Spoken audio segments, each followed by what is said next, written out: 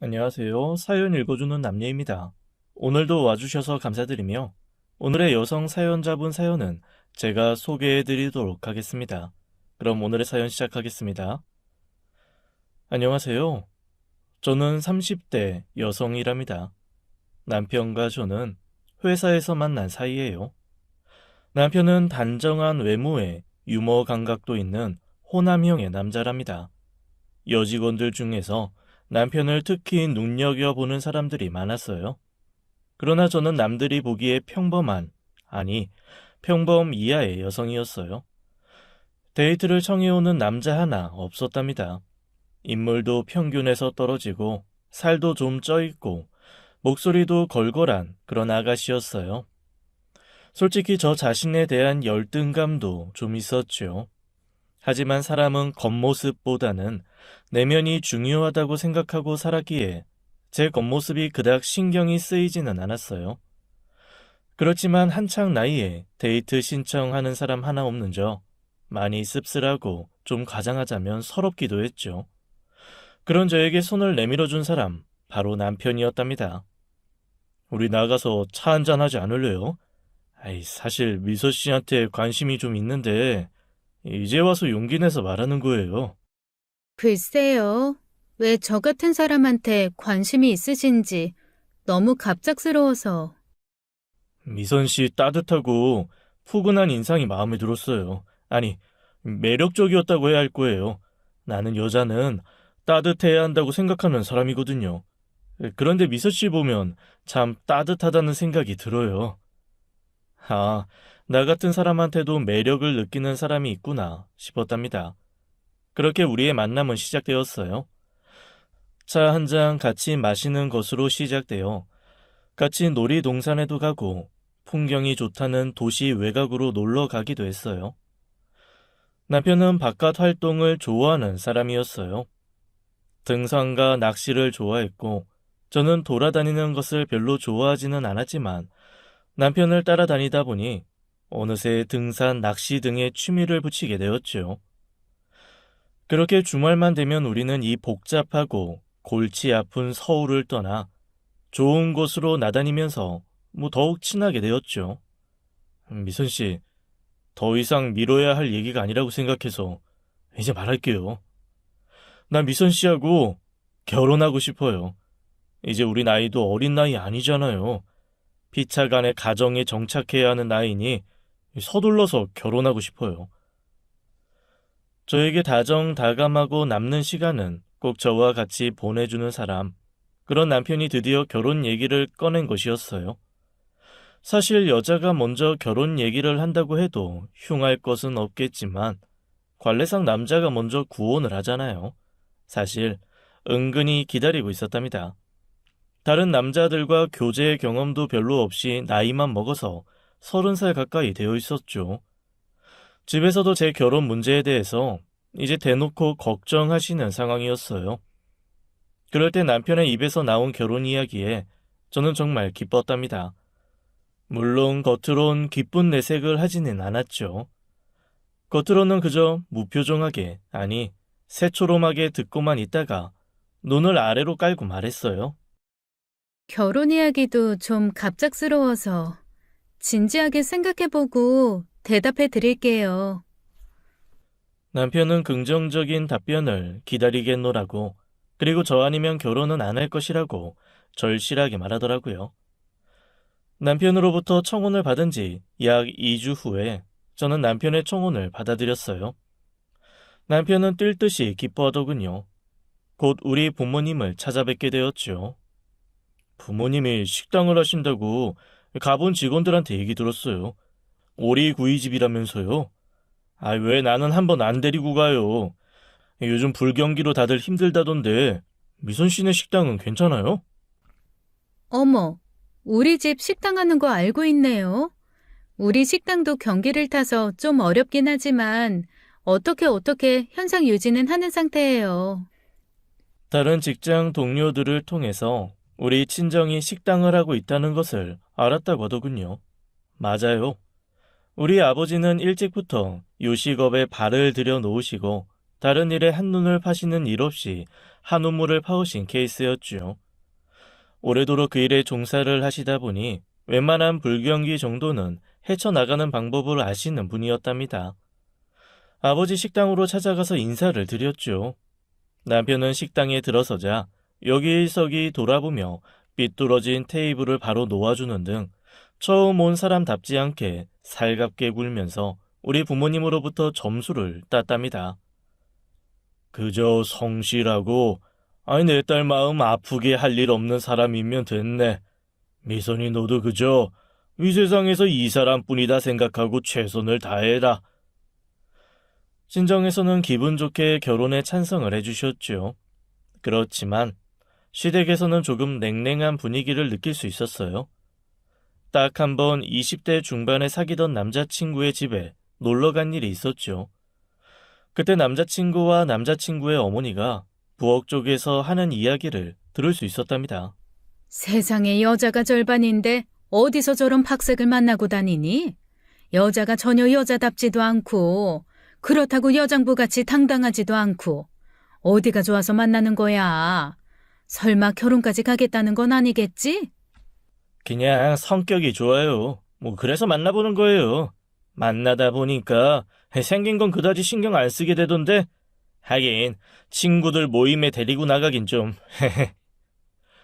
이 이야기를 제 의도와 상관없이 엿듣게 되고 난 후 저는 그 남자친구와 헤어졌었죠.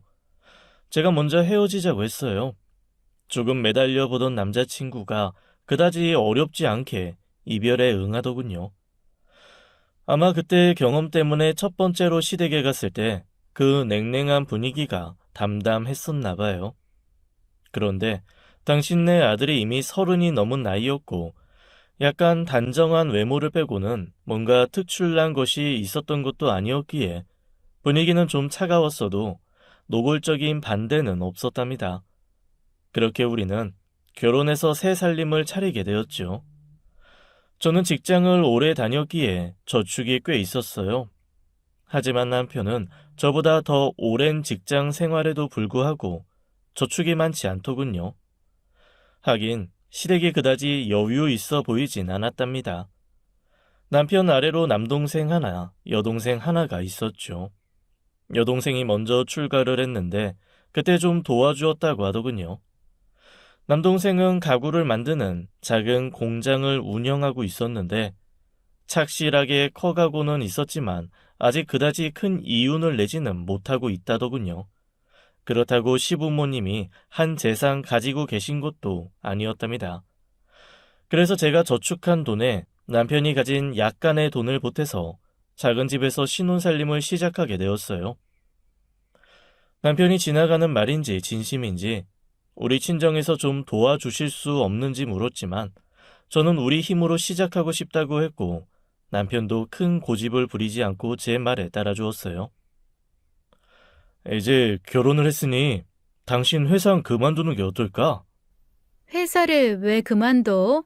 한 푼이라도 더 저축을 해서 빨리 우리 집 마련해야지. 물론 그래야지. 그런데 내 생각은 말이지. 회사를 다닐 게 아니라 장인어른 하시는 식당에 나가서 일 도와드리고 적더라도 보수를 받는 게 나을 것 같아서 말이야. 식당엔 이미 남동생이 관리자로 있고 일하는 사람들도 대부분 오래돼서 가족 같은 사람들이야. 내가 굳이 끼어들어갈 자리가 없어. 왜 굳이 내가 아빠 식당에 가서 일하길 바래? 아니, 뭐 지난번에 가서 보니까 처남이야 가족이니까 잘 관리하고 있지만 아무래도 남은 남인가 보더라고. 다른 사람들은 내 눈에는 좀 성의가 없어 보였어. 뭐 처남하고 비교해서 그런가? 아무튼 좀 그런 걸 느껴서 말이야. 결혼 전 인사를 갔을 때나 이후에 식당을 방문할 때 남편은 서툼 솜씨지만 서빙이라도 도와주는 등 앉아서 먹고만 가지는 않았죠. 그러면서 느낀 점이 아무리 오래된 종업원이라도 남은 남이라는 것이었어요. 남편의 말에도 일리는 있었지만 제가 끼어들어봤자 방해만 될 것 같아서 저는 그냥 회사에 계속 나가기로 했지요.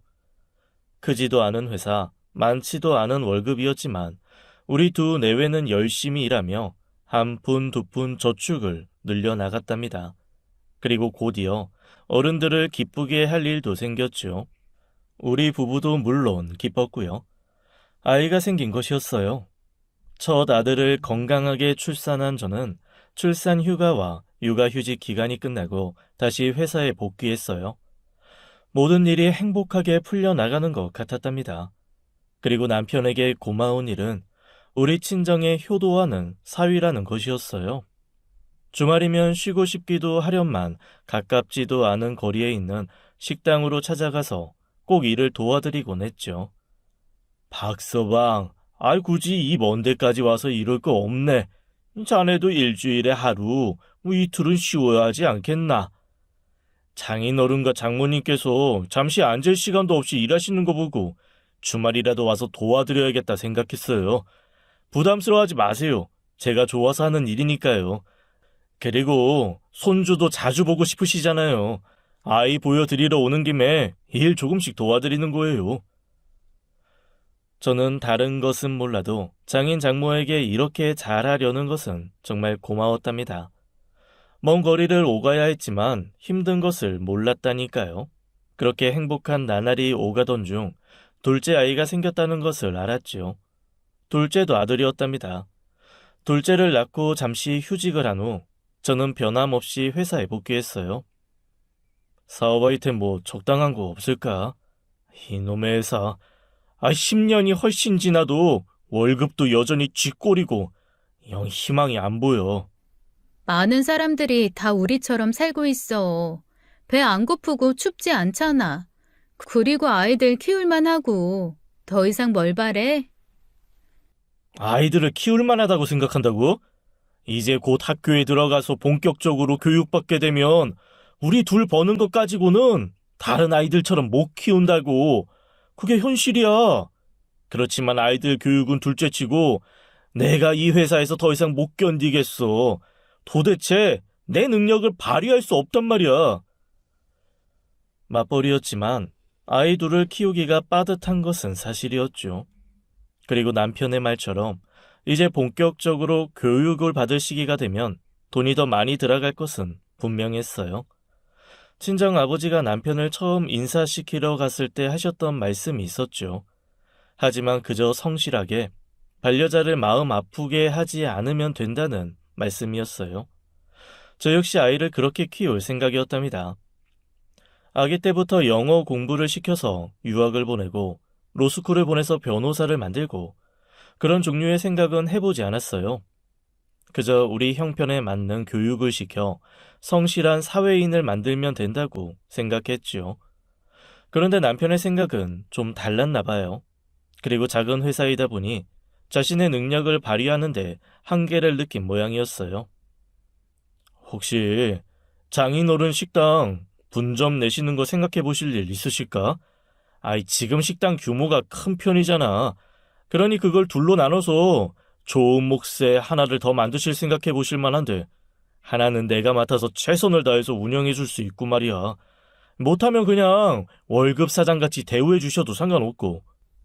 우리 아빠 지금 있는 자리에서 그 가게를 테이블 서너 개짜리에서 어떻게 지금 규모로 키워오신 줄이나 알아? 우리 아빠 그 가게 절대로 둘로 못 쪼개. 그리고 단골 손님 미천으로 장사하는 가게야. 규모가 줄어들면 단골 손님들 다 소화 못해. 남편이 뭐라고 불만의 소리를 중얼거리는 것 같더니 곧 조용해지더라고요. 남편이 이렇게 회사 생활에 대해서 불만을 토로하고 있던 중 시동생이 하는 가구 사업은 계속 성장하고 있었죠. 아마 그런 모습을 보면서도 남편이 자신의 처지에 대해 비관적인 생각을 하게 되었구나 싶기도 했어요. 남편은 시동생에 비하면 대인관계가 넓지 않은 사람이었어요. 회사에서도 모든 사람과 편안하게 지내는 그런 사람은 아니었죠. 그렇지만 시동생은 달랐죠. 시원시원한 성격에 사람을 가리지 않고 사귀는 사람이었어요. 자연히 인간관계가 넓을 수밖에 없었죠. 친구의 친구, 친구의 동생, 하다못해 사돈의 친구까지도 시동생은 친하게 지내며 성의를 다해 대했답니다. 가구 공장을 닫게 하면서도 비싼 돈을 들여 가구 전문가로 공장장을 채용해 두고 자신은 영업을 위해 여기저기 사람을 만나러 뛰어다녔어요. 북한만 빼면 한반도에서 안 다닌 데가 없고 외국이라고 해도 조금이라도 가능성이 있다면 사람을 만나러 다녔죠. 그런 시동생의 성격과 삶의 방식이 드디어 결실을 맺기 시작했답니다. 시동생의 대학교 스승 되시는 분의 형님이 원래 동남아를 기반으로 사업을 하시다가 최근에 학교에 크게 사무실을 열게 되셨다는 것이었어요. 스승 되시는 분이 형님에게 시동생을 소개했고 사무실의 모든 집기를 시동생의 공장에서 들여가기로 하셨다지요. 정말 바쁘게 공장이 돌아갔고 시동생은 품질에 착실하게 신경 써서 납품을 마쳤어요. 시동생이 납품한 물건들에 만족하신 스승의 형님께서 또 몇 군데 소개해 주신 것 같더군요. 그런 식으로 대규모 납품을 몇 번 진행하고 나니 시동생의 공장 규모는 처음과 비교할 수 없을 정도로 커졌어요. 서방님, 축하해요. 다 서방님이 평상시에 사람들과 친해놓은 덕분이에요. 그렇게 사람들하고 친분을 계속 유지하는 일이 쉬운 일은 아닌 거 잘 알아요. 감사합니다, 형수님. 쉬운 일이 아니기는요. 그냥 연락처 저장해놨다가 찾아다니기만 하면 되는 일인걸요. 한 부모 밑에서 태어났어도 남편과 시동생은 성격이 너무 달랐죠. 사람을 가려 사귀는 남편과 달리 시동생은 천성적으로 사람을 좋아하는 성격이었어요. 시동생네가 살던 집도 더 큰 집으로 이사를 가게 되었어요. 시동생이 이사를 가던 날 남편은 회사를 조퇴하면서까지 나서서 이사를 돕더군요. 제 눈에는 조금 이상하게 보이기도 했죠. 왜냐하면 남편은 형제들과도 좀 소원한 관계였거든요. 맞이지만 동생들을 다독다독 챙기는 일도 거의 없었어요. 거의 항상 시동생이 먼저 안부 전화를 했고 지방에 살고 있는 시누이가 서울에 있는 시댁에 올라올 때마다 우리 집에 다녀가곤 했지요. 남편이 일 때문에 시누이가 살고 있는 지방에 내려갔다 와도 시누이에게 들렸다 오는 일은 거의 없었답니다. 그런 남편이 시동생의 이사를 나서서 돕고 심지어는 퇴근 후에도 시동생의 사업을 돌아보며 도울 일을 찾는 것이었어요. 저는 일단 잘 됐다 싶었죠. 어쨌든 동생들하고 정감 있게 지내는 것이 좋잖아요. 그런데 그게 좀 지나치더라고요. 퇴근만 했다 하면 시동생의 가구 회사로 가서 일을 도와주고 늦게 귀가하는 일이 일주일이면 좋기 3, 4일이 되더라니까요. 그러면서도 주말에는 우리 친정 식당 일에도 여전히 열심이었어요. 주문이 밀려들어 밤 늦게까지 가동해야 했던 시동생네 공장에 가서 마치 자기 일을 보듯 돌봐주더군요. 형이 회사 일을 적극적으로 도와주자 시동생이 경제적으로 남편을 많이 배려하는 것 같더라고요. 와서 도와주는 것에 대한 보수를 후히 챙겨주는 것이었어요. 그래도 집안에 대한 무관심에 제 불만은 쌓이기 시작했고, 그래서 어느 날 퇴근 후 시동생의 가구 회사로 제가 직접 나가보기로 했죠. 가보니 남편이 공장을 이리저리 다니며 열심히 일을 도와주는 모습을 볼 수 있었어요. 제가 보기엔 우리가 다니는 회사 일, 즉 본업보다 열심히 하는 것 같더라니까요. 그리고 한쪽 구석 책상에서 뭔가 열심히 들여다보는 시동생에게 다가가서 마치 아랫사람이 하듯 꼿꼿하게 서서 뭔가를 이야기하고 시동생의 말에 허리까지 약간 굽히는 것 같더라고요. 형 동생이 바뀐 것을 지나쳐 마치 상사와 부하의 관계처럼 보이는 장면이었죠. 그뿐만이 아니었어요. 커피까지 시동생에게 날라다 주는 장면에서는 좀 심하다 싶더라니까요. 남편이나 시동생이나 일에 하도 열중해서 제가 들어온 줄도 모르고 있더군요. 당신이 여기 웬일이야? 연락도 없이. 평일은 퇴근 후에 여기 오고, 주말은 우리 아빠 식당에 가고, 우리 애들 아빠 없는 애들 같아. 제가 온 것을 보고 시동생이 달려나와 반가워하면서 미안해했지만 남편은 제게 별 미안한 것을 못 느끼는 것 같더라고요. 보다시피 여기 일 아주 바빠. 얘 혼자서 감당 못한다고. 누구라도 도와줘야지. 아니에요. 형, 굳이 안 그래도 되는데. 형수님, 안 그래도 된다고 했는데 뭐 남하고 가족이 같냐고 하면서 형님이 굳이 도와주시네요. 나야 고맙지만 형수님한테 많이 죄송해요. 충분한 보수를 지급하고 있으면서도 시동생은 제게 정말 미안해 하더군요. 먼저 집으로 가 있으라는 남편의 말에 저 먼저 집으로 돌아왔죠. 연락도 없이 그렇게 찾아오면 어떡해. 거기도 엄연한 회사라고. 보수를 지급하니 회사라는 건가? 형이 돼서 동생한테 거의 굽신거리면서 가져다 주는 돈 그다지 안 반가워. 그러니 회사 일에나 열중하고 애들하고 시간 많이 가져줘. 주말마다 꼬박 같이 가서 도와드려도 기름값 한 번 변변히 안 주시는 어떤 식당에 비하면 동생네 공장은 회사지. 회사고 말고. 뭐라고? 그러니까 우리 집에 가서 도와드린 것도 순수한 마음에서가 아니라 보수를 바라고 한 일이었다는 거야? 아이고, 그 비싼 일값 쳐주지 못해서 정말 미안하네요. 이런 말다툼 끝에 남편이 옷걸이에 걸린 점퍼를 획 집어들고 나가버리더군요. 아이들하고 저만 집에 남았고 저는 남편에 대해서 처음으로 내가 알던 남편이 아니라는 생각을 하게 되었어요. 왜 그런 사람들 있잖아요. 돈만 쫓아서 움직이는 사람들 말이에요. 남편이 갑자기 그런 사람처럼 보였어요. 그렇다면 우리 집에 그렇게 주말마다 가서 봉사를 했던 것도 뭘 크게 바라고 그랬던 모양이구나 싶었죠. 특히 친정 아버지에게 우리 구이집 분점을 낼 생각이 없는지 꺼냈던 얘기가 예사롭지 않더라고요. 그리고 한참 지난 일이지만 결혼 전에 제가 얘기도 하지 않았는데 남편이 알고 있었던 일도 떠올랐어요.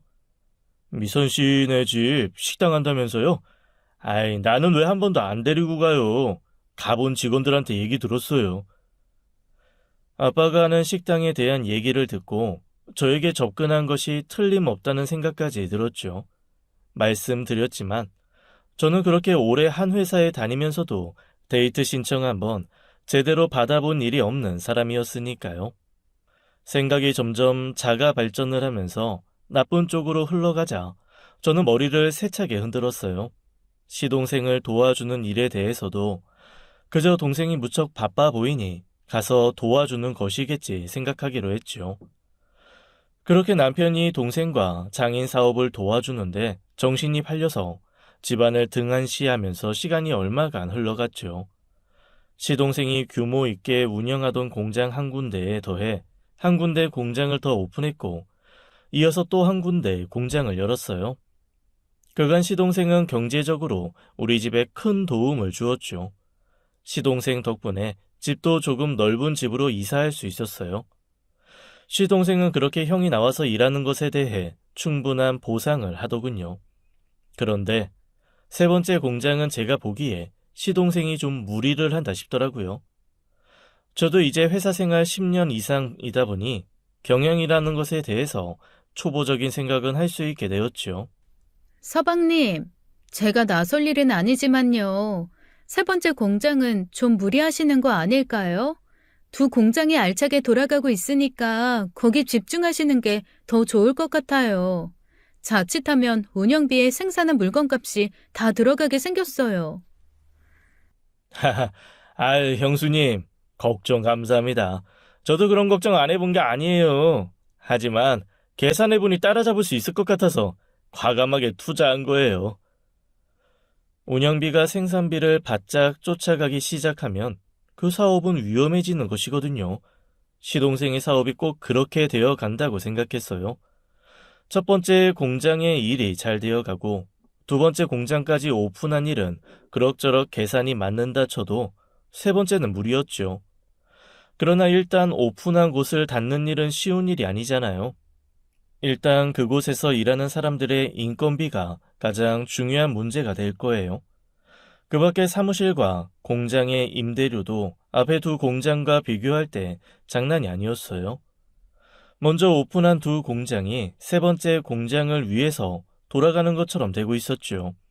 더구나 앞에 두 공장과는 달리 품질에 있어서 한층 업그레이드된 호화 가구들을 생산하기 위해 오픈한 공장이었기에 공장장부터 근로자 하나하나가 모두 임금을 많이 주어야 하는 사람들이었어요. 결국 세 번째 공장의 운영에 허덕이기 시작하면서 연쇄 반응이 오기 시작했죠. 그저 가구만 생산해서 이윤만 내면 되었던 앞에 두 공장이 세 번째 공장의 운영비까지 벌어야 했기에 계속 어려워졌던 거였어요. 그것을 쫓아가려면 앞에 두 공장에서 엄청난 양을 더 생산해야 하는데 사람이 하는 일이 한계가 있을 수밖에 없잖아요. 결국 시동생은 세 번째 공장의 실패로 인해서 사업 전체의 문을 닫아야 했답니다.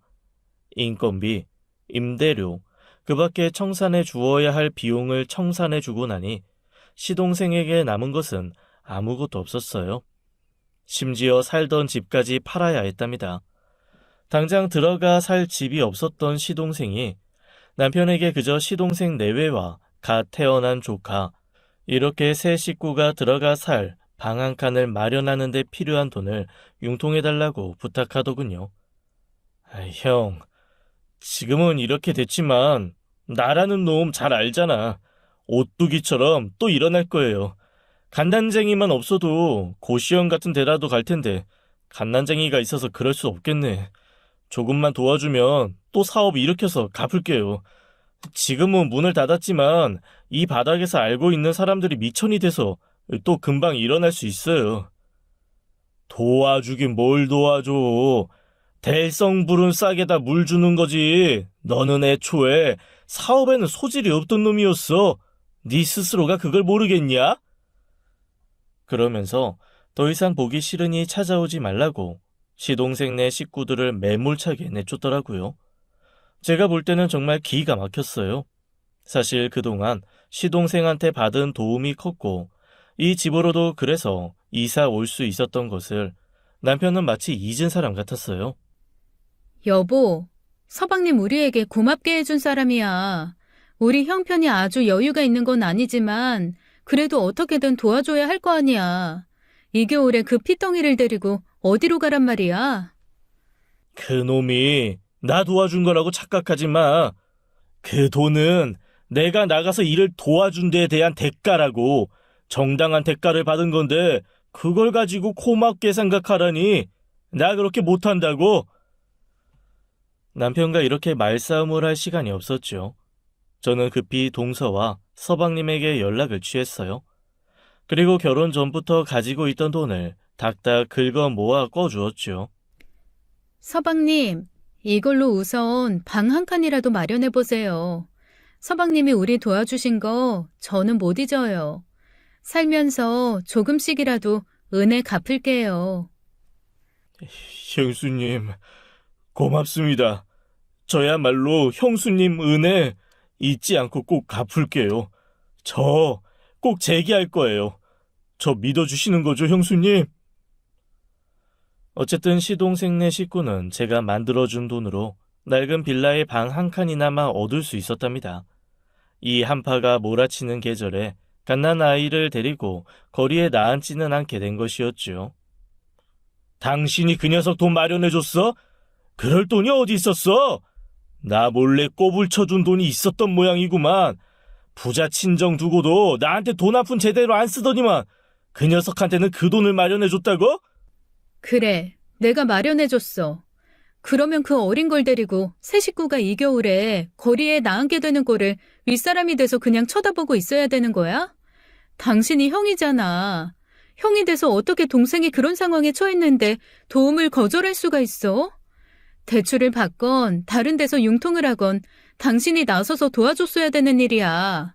그걸 내가 대신한 건데 그걸 핀잔을 주다니 이게 말이 돼?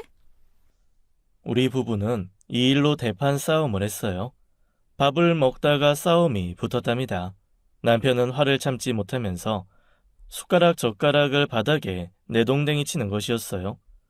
저 역시 그런 남편에게 화가 나서 밥도 먹지 말라고 아직 식사 중인데 밥상을 싹 치워버리고 말았죠. 남편이 휙 바깥으로 나가버리고 저는 앉아서 생각에 잠겼어요. 시동생이 그렇게 잘 나갈 때는 형과 동생이 바뀐 것처럼 행동하더니 이제 파산해서 도움을 청하자 매몰차게 거절한 남편. 이렇게 생각하고 싶지는 않았지만 남편의 인성에 문제가 있다고 느껴졌답니다. 제 남편이고 애들 아빠였어요. 계속 이런 식으로 세상을 살아간다면 저와 아이들은 누굴 보고 사나요? 기막힌 마음을 달래고 또 남편의 결혼 전 모습을 알기 위해서 신우이에게 전화를 걸었어요. 아가씨, 나예요. 작은 오빠, 어쨌든 방 한 칸이라도 마련해서 이 추위에 밖에서 떨지는 않게 됐어요. 소식도 전하고 물어볼 것도 있어서 전화했어요. 큰오빠는 끝까지 모른 채 하던가요? 하긴, 그럴 줄 알았지만 말이에요. 그럴 줄 알았더니 도대체 무슨 뜻인지 물었답니다. 언니, 솔직히 우리 오빠인데 이런 얘기하는 거 좀 못하지만 말이에요. 오빠 어렸을 때부터 좀 있는 사람들한테는 껌뻑 죽고 없는 사람들은 무시했어요. 글쎄 고등학교 때는 학교에서 집이 부자라고 소문난 애 꼬붕으로 살았다니까요. 가방 들어주고 숙제 대신해주고 상대방이 말하기도 전에 필요한 일들 해주더라고요. 그리고 그 애들 따라다니면서 생기는 떡고물을 받아먹은 거죠. 분식집에서 그 애들이 시켜먹는 음식 얻어먹고 많진 않지만 용돈도 조금씩 얻었었어요. 가뜩이나 시동생이 망하니까 손절을 하던 남편이 생각나면서 신우이의 이 말은 저를 더욱 화나게 만들었죠. 헤이, 준수야, 우리 공 차러 나갈 건데 같이 나가자. 공? 진짜 축구공 있는 애가 있어?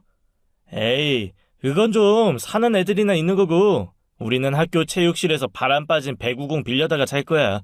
아, 그래도 재밌어. 나와 같이 하자. 나는 좀 다른 할 일 있어서 말이야. 안 나갈래. 너희들끼리 놀아. 형우야, 청소 내가 대신 해줄게. 너 오늘 화장실 청소까지 해야 되지? 내가 해줄 테니까 너 그냥 교실에서 쉬어. 다 끝나고 같이 나가자. 그날 남편은 그 친구의 집까지 가방을 들어 모셔다 주었다더군요. 그리고 형우라는 집이 부자인 친구의 비서 노릇을 중학교 내내 했다는 것이었어요.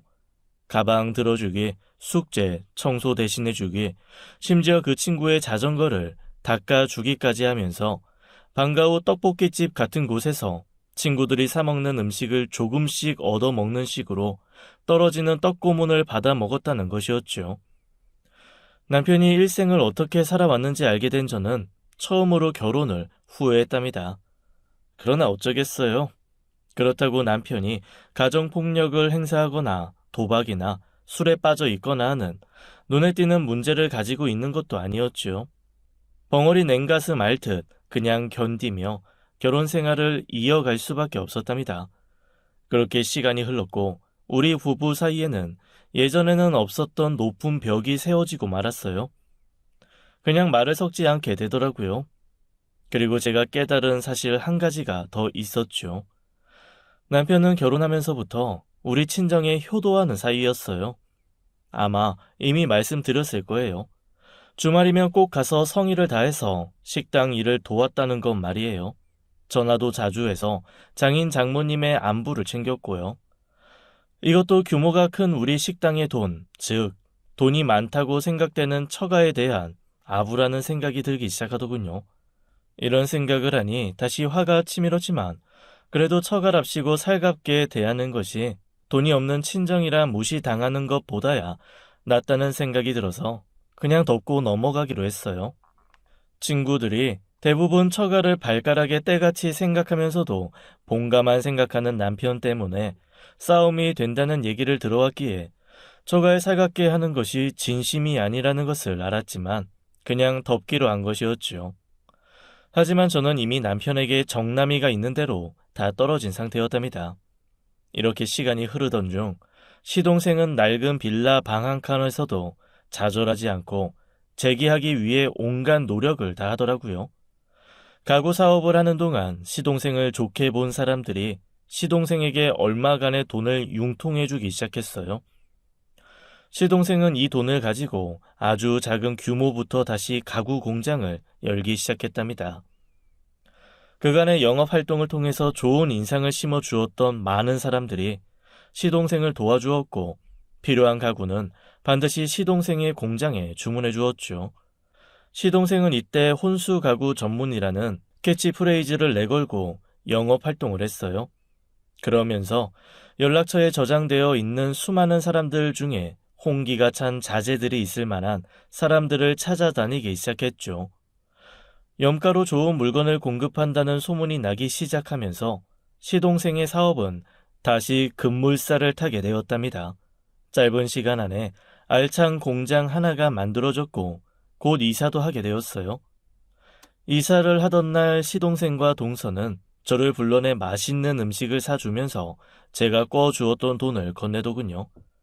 저는 팔짝 뛰면서 그 돈을 받지 않았어요. 왜냐하면 지금 우리가 사는 집은 시동생의 도움으로 넓혀 이사한 집이었고 그것 말고도 경제적으로 많은 도움을 받았었거든요. 준영아, 형이다. 녀석, 결국 네가 재기에 성공했구나. 내 그럴 줄 알았지. 내가 도와줄 일 뭐 없냐? 뭐야, 전화 끊어졌나? 준영아! 준영아! 시동생이 남편의 전화를 끊은 것 같더군요. 그 이후 남편은 여러 차례 시동생과 통화를 시도했지만 받지 않는 것 같았어요. 전화를 받지 않자 남편은 시동생의 가구 공장으로 찾아갔답니다. 꼬라지가 어떨까 싶어서 저도 같이 따라가 보았어요. 야, 정말 장하다. 어떻게 이렇게 훌륭한 공장을 다시 만들었냐? 형이 또 도와줄게. 시동생은 냉담하더군요. 형수님, 지금은 좀 어렵지만 제가 나중에 식사 대접할게요. 오늘은 제가 형님을 보고 싶지가 않아요. 죄송해요, 형수님. 죄송하기는요. 사람이라면 이런 상황에서 모두 시동생 같은 마음일 거예요. 다시 남편에 대해서 깊은 생각에 잠겼답니다. 저런 마음 상태로 평생을 살 생각을 하니 화가 난다기보다는 마음이 아팠어요. 어떻게든지 반성하고 후회하게 만들어야 되겠다는 생각이 들더군요. 그러던 중 남편이 저를 붙잡고 하소연 아닌 하소연을 시작하더라고요. 장인이 그렇게 큰 식당을 운영하고 잘 사시는 분인데 우리가 그 코딱지만한 회사에서 이렇게 고생을 해야 하는 거야? 당신 억울하지도 않아? 나야 그렇다 쳐도 당신은 딸이잖아. 친딸이 쥐꼬리 월급에 시달리면서 애들 둘 키우는 게 마음 아프시지도 않은 거냐고. 우리 부모님 그야말로 새벽부터 오밤중까지 열심히 일하셔서 우리 형제들 편하게 키워주시고 공부시키셨어. 정말 집안이 가난해서 공부도 제대로 못하는 사람도 많아. 나는 늘 우리 부모님이 자랑스럽고 또 고마워하고 있어. 당신도 그 이상 뭘 바라지 마. 저는 이렇게 못을 박았답니다. 남편이 우리 친정 재산에 침을 흘리는 것을 차단해야 했어요. 그러나 남편의 처가에 기대려는 모습은 더욱 심해져만 갔답니다. 마치 당연히 달래야 할 것을 달라고 하는 사람 같았어요. 뭐하러 쓸데없이 노동력을 낭비하느냐고. 장인이 부자인데 그 딸과 남편이 쥐꼬리도 새끼 쥐꼬리만한 월급 바라보고 살아야 한다는 게 말이 돼? 말이 돼. 키워주시고 출가시킨 걸로 자식들한테 하실 일 다 하신 분들이야. 도대체 우리가 무슨 자격으로 부모님 재산에 대해서 왈가왈부 할 수 있다는 거야? 이런 식의 싸움이 끝없이 이어졌어요. 남편은 점점 더 노골적으로 제게 우리 친정 아빠를 조르라고 요구하더라고요. 도대체 장인어른 하시는 일이 너무 불공평한 거 아니야?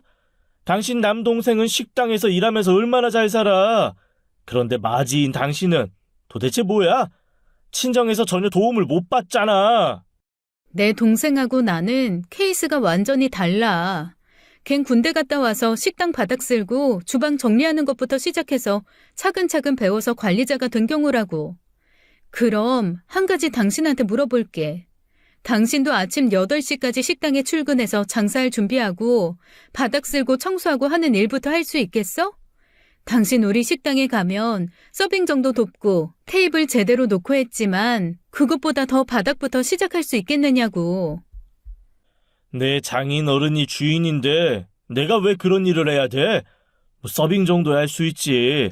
그리고 테이블에 먹다 남은 그릇들, 음식들은 종업원들이 치우고, 아니 나야 삐뚤어진 테이블이나 바로 놓고 하면 될 거 아니야. 그 정도면 밑바닥 아니야? 그 정도 할 테니까 장인어른한테 좀 통 크게 도와주시라고 해봐. 다른 거 없다니까?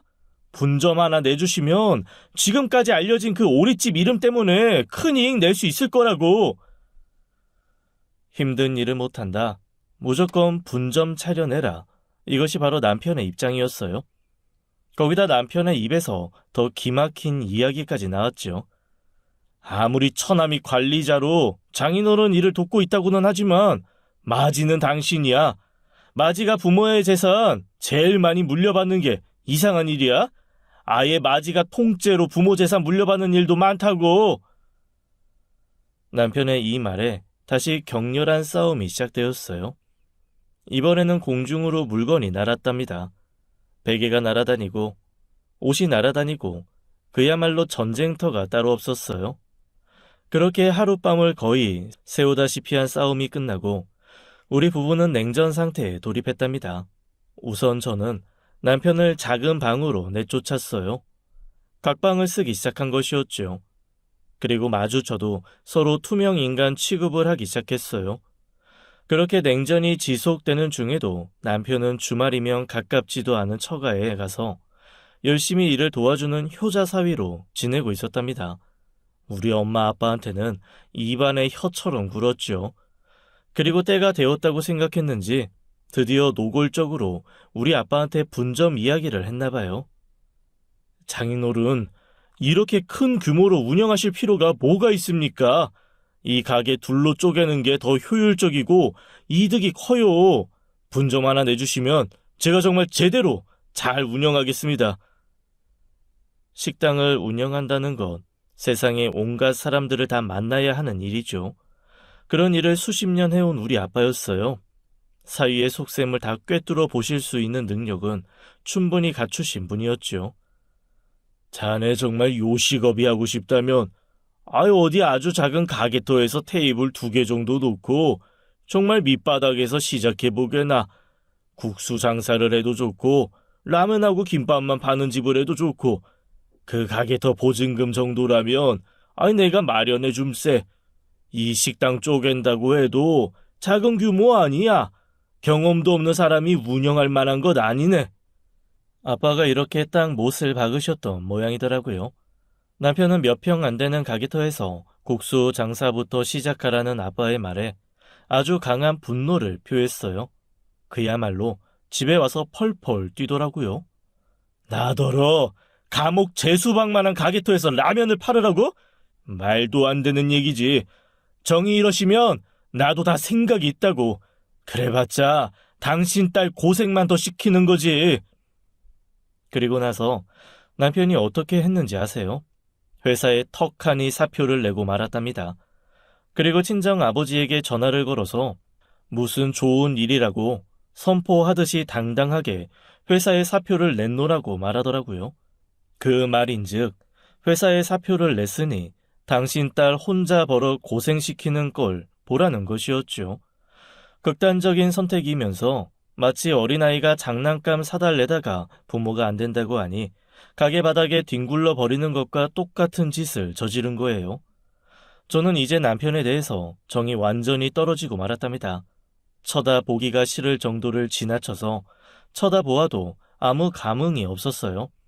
그야말로 투명 인간이었죠. 남편이 저를 붙잡고 그놈의 분점 얘기를 하면서 졸라도 이제 화도 안 나더라니까요. 한 귀로 듣고 한 귀로 저절로 흘려지더라고요. 장인어른, 저 이제 더 이상 회사 일이 힘들어서 회사 그만뒀습니다. 저 그저 장인어른만 믿습니다. 제가 회사를 그만두니까 말이에요. 당장 미선이가 살림하는데 고통을 받고 있어요.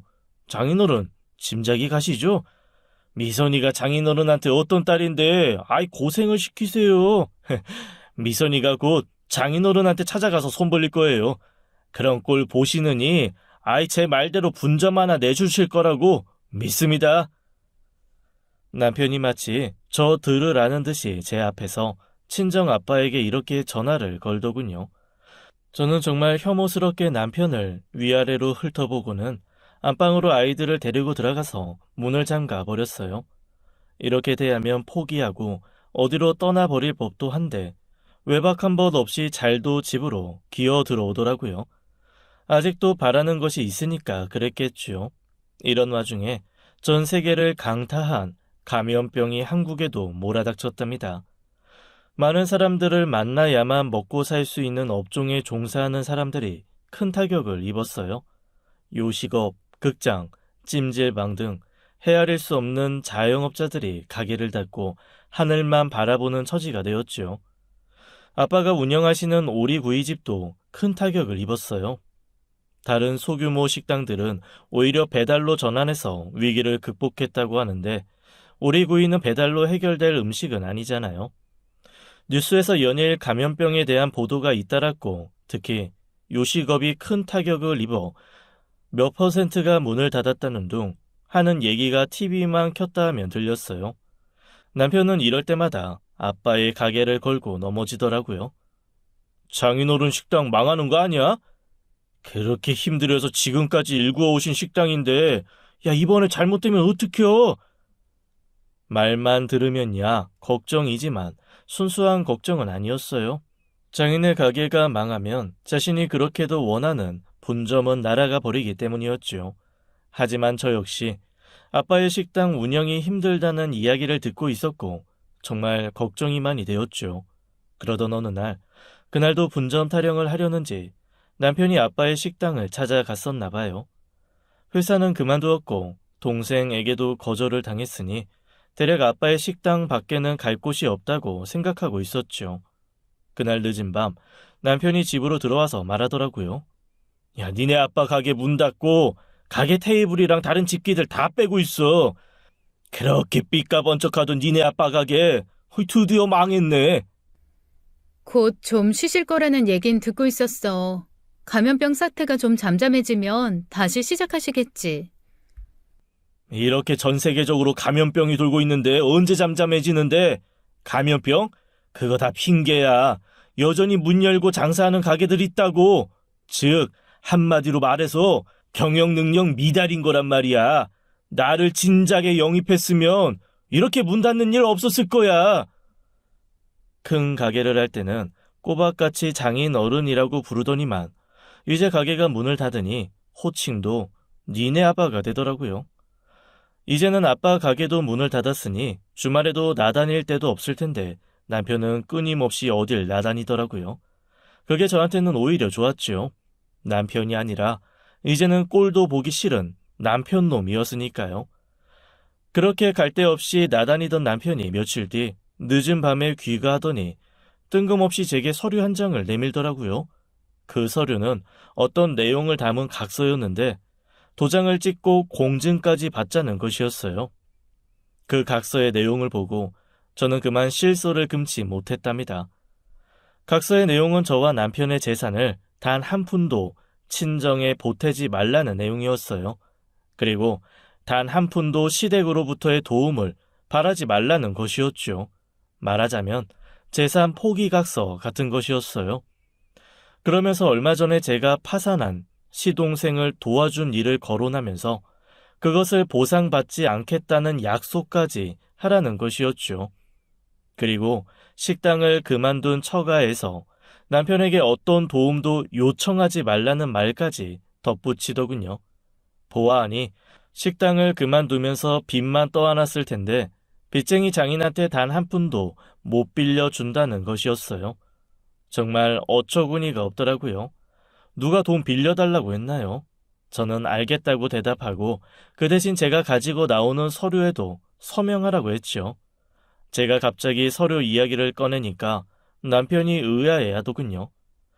저는 얼마 전부터 찬찬히 준비하기 시작한 서류를 남편 앞에 내밀었어요. 그 서류는 바로 이혼 서류였답니다. 제가 내미는 이혼 서류를 보자 남편은 화부터 내더군요. 자, 이게 내 서류야. 사인해. 하하, 야, 니네 아빠 믿고 까부는 모양인데 오리구이 식당 망했다고. 당신도 쪽박이야. 그걸 모르겠는 모양이구만. 주제를 모르고 무슨 이혼이야, 이혼이? 내 일은 내가 알아서 할 테니까 걱정 말고 이혼 서류에 도장이나 빨리 찍어. 당신 같은 사람하고 부부라는 관계를 더 이상 이어가고 싶지 않아. 양육권도 물론 못 줘. 친권도 나 혼자 행사할 거고. 순순히 못하겠다면 소송으로 갈 수밖에. 좋아, 좋아. 마음대로 하라고. 하지만 니네 아빠도 망한 와중에 애들 둘까지 다 책임지겠다니 걱정이 앞서네. 눈물이 앞을 가린다고. 이렇게 하는 거 반드시 후회하게 될걸? 남편이 이렇게 비아냥거리더군요. 저는 적어도 남편이 아이들에 대해서 친권 정도는 주장할 것이라고 생각했었죠. 그러나 남편은 아이들에 대해서도 일체의 집착을 보이지 않았어요. 이 부분에서 갑자기 아이들 입장에서 생각이 되면서 서러운 감정이 솟구치더라고요. 그동안 아빠 없이 아이들을 키워왔다는 생각이 들면서 눈물이 나려는 것을 꾹 참았죠. 어쨌든 소송 없이 이혼과 친권, 양육권을 다 얻어냈으니 다행이었어요. 후회? 당신이나 후회하지 마. 그리고 몇 년이나마 한 입을 덮고 잤던 사람으로서 충고하는데 그런 식으로 세상 살지 마.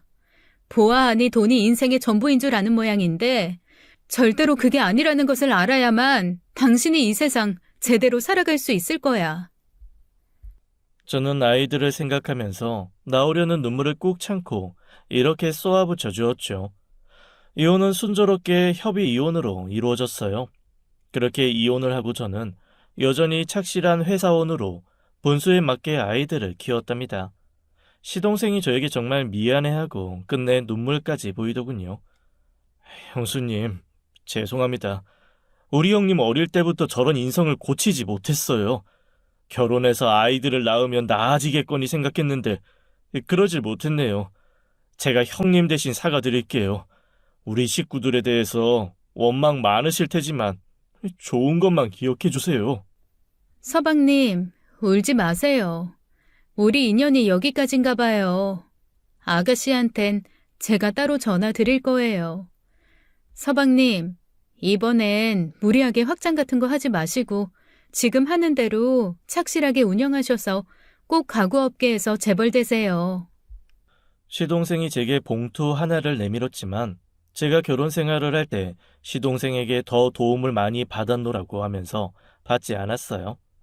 극구 봉투를 건네려 했지만 제가 끝까지 사양하니까 시동생이 더 눈물을 뚝뚝 흘리더군요. 세월이라는 것만큼 아무 곳에도 관심이 없는 것이 있을까요? 핵폭탄이 떨어져도 나 몰라라 하는 것이 세월일 거예요. 그렇게 이혼 후 저에게 결코 짧지 않게 느껴지는 1년이라는 세월이 흘렀답니다. 이혼 후 1년이 조금 더 지난 어느 날, 저는 남편을 한 고급 한정식 집에서 우연히 만났어요. 오랜만이네. 여기서 만나게 될 줄은 몰랐어. 회사까지 그만두고 어려운 형편인 줄 알았는데 이런데 드나들 여유가 있는 모양이네. 여기서 일하는 거야? 무슨 일? 서빙? 아니면 설거지나 주방 보조? 이것저것 다 해. 일손이 딸릴 때는 무슨 일이든지 하고. 남편은 혼자가 아니라 세련되고 부티나 보이는 한 여자와 함께였어요. 아마도 어디서 봉을 하나 물었나 보다고 생각했죠. 그리고 어떤 한 여자가 또 그물에 걸렸구나 생각도 했고요. 어쨌든 반가웠어. 애들을 한 번이라도 보고 싶어 할 줄 알았는데 연락도 없더라. 나야 그 바람에 편했지만 말이야. 사장님, 여기 오셔서 좀 봐주세요. 제가 컨디션이 제로라 그런지 오늘 음식 맛을 잘 못 느끼겠어요. 제 입에는 좀 싱거운데 사장님이 오늘은 좀 많이 봐주셔야겠는데요. 알았어요. 몸이 많이 안 좋으면 일찍 들어가서 쉬어요. 억지로 있을 필요 없어요. 남편이 정말 크게 놀라더군요. 뭐야, 이 사장님? 이 가게가 그럼 당신 거라는 얘기야? 맞아. 이 식당 내 거야. 도대체 무슨 돈으로 이런 식당을 차렸어? 당신 내 동생 도와준 대가로 동생한테 돈 받았지. 그래서 이 식당 차린 거 아니야? 그거밖에 당신한테 돈 나올 데가 어딨어? 그 바보 녀석. 지하방 한 칸 마련해 주었다고 이런 보상을 해? 미친놈. 오해하지 마. 서방님이 내미는 봉투는 내가 사양했어. 우리가 결혼 생활할 때 서방님 때문에 더 큰 집으로 이사할 수 있었으니 우리가 더 큰 도움을 받은 셈이니까. 그리고 지하방 한 칸이라고 함부로 말하지 마. 그 방은 비록 낡은 집에 지하 구석방이었지만 새 식구의 목숨을 구한 집이었으니까. 아이, 됐어. 당신 하는 말 한마디도 못 믿겠고 또 이해 못하겠으니까 됐다고. 어쨌든 출세했네. 남편의 표정이 일그러졌고 남편은 그런 표정을 굳이 감추려고도 하지 않더군요. 맛을 봐달라고 했는데 제가 하도 안 들어가니까 주방 아줌마가 홀로 나왔어요. 아직은 손님이 그다지 많은 시간은 아니었답니다. 사장님, 한 가지 제가 잊고 있었네요. 사장님 아버님이 성북동에 주로 계셔야 한다고 연락을 이제 연희동 식당 말고 성북동 식당으로 하시라고요. 알았어요, 아줌마. 아줌마 몸 안 좋은데 나온 김에 들어가시고 내일 늦게나 나오세요. 준비 다 돼 있어서 좀 바쁘긴 하겠지만 남은 사람들이 할 수 있을 거예요. 뭐라고? 그러니까 뭐야? 아니 도대체 식당이 몇 군데야? 여기 식당, 연희동, 성북동, 아니 적어도 3개는 된다는 얘기야? 남의 재산 상태에 웬 관심이 그렇게 많아? 잊지 마. 우린 이미 남남이야. 아이들과 당신 사이도 당신한테는 친권도 양육권도 없는 남남 사이고. 얘기가 어떻게 된 거냐고요? 우리 아빠가 하시던 오리구이집이 문을 닫은 건 사실이랍니다. 하지만 남편이 모르고 있던 비밀이 있었어요. 우리 아빠에게는 오리구이 식당 말고도 큰 식당이 10개나 더 있었답니다. 지금 제가 사장으로 있는 고급 한정식집 역시 그중 하나고요. 제가 이혼 후에 혼자서 아이들을 키우게 되자 이 식당을 물려주셨답니다. 너무나 소중한 삶의 터전이지요. 아빠가 수십 년에 걸려서 일구어 오신 아빠의 땀이 밴 곳이고요. 무엇 하나도 소홀히 할 수 없는 곳이었어요. 내가 말이야, 이혼하고 당신 외로울까봐 아이들에 대해서 별 주장을 하지 않았는데 이제는 사정이 다르지. 이렇게 종업원도 많고 많은 사람들이 북적대는 곳에서 일을 하는데 내가 아이들에 대해서 그렇게 다 양보해 줄 이유가 없는 거 아닌가? 오리집이 망해서 아무것도 남지 않은 처가인 줄 알았는데 그것 말고도 식당이 10개나 더 있다고 하니까 이제야 아이들을 걸고 넘어지는 전 남편. 정말 얄팍하더군요. 아이들에 대한 책임조차도 지기 싫어했던 사람이 갑자기 아이들 이야기를 하니 정말 이유 없는 웃음이 나더라니까요.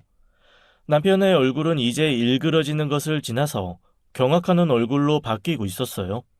그러면서 아이들에 대한 이야기를 식당이 떠나가라고 큰 소리로 말하더라고요. 종업원들 보기에 창피하기도 했지만 사실 종업원들도 다 가족 같았어요. 아버지가 다른 식당에서 오래 데리고 계셨던 종업원들을 보내주셨죠.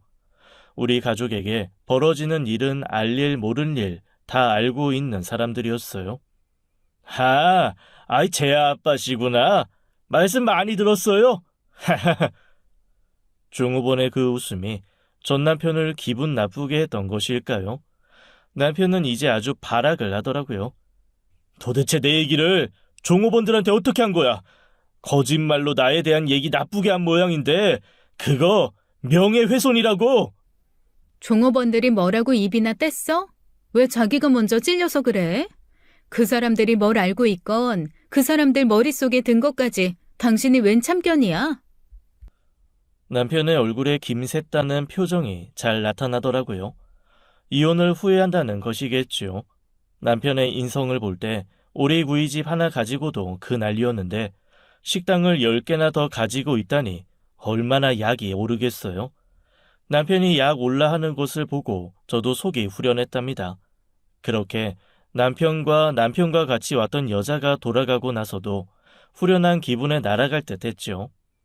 그런데 나중에 남편과 같이 온 남편의 새 여자친구가 우리 식당에 다시 찾아왔답니다. 저를 찾더라고요. 저는 한 테이블을 정해서 자리를 권하고 용건이 무엇인지 물었죠. 단도직입적으로 말할게요. 지난번에 왔을 때 나눈 얘기가 의미심장해서요.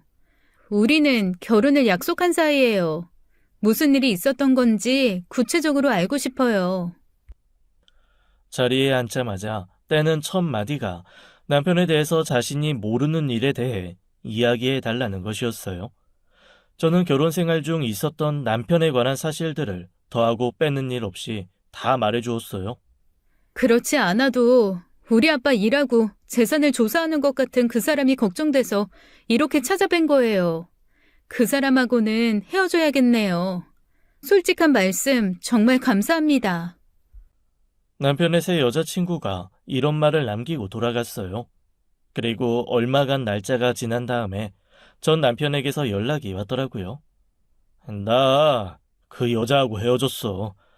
그 여자 좀 이상한 여자더라고. 의부증도 좀 있는 것 같고. 나 당신한테 잘못한 거 많이 반성하고 있어. 이제 정말 당신한테 잘못한 거 보상하고 싶어. 다시 만나자, 우리. 전 남편은 새 여자친구가 우리 가게에 와서 이야기를 다 듣고 갔다는 것을 모르는 것 같더라고요. 자신이 차였으면서 그것이 부끄럽고 또 우리 집의 재산 상태를 알게 된 후 재결합을 위해 거짓말을 하는 것이었죠. 어떡하지? 나 요즘 만나는 애 새로 생겼는데. 이런, 나보다 많이 나이가 어리고 말을 못하는 아이라서 내가 돌봐줘야 해. 이름이 좀 아기 같아. 초롱이야. 초롱이가 밤이고 낮이고 나를 기다리기 때문에 딴 남자 못 만나. 초롱이가 할 수 있는 말이 딱 한마디 있어. 멍멍! 그럼 안녕. 나도 초롱이처럼 마지막 인사할게. 월월! 저는 이 말을 끝으로 전화를 끊어버렸답니다.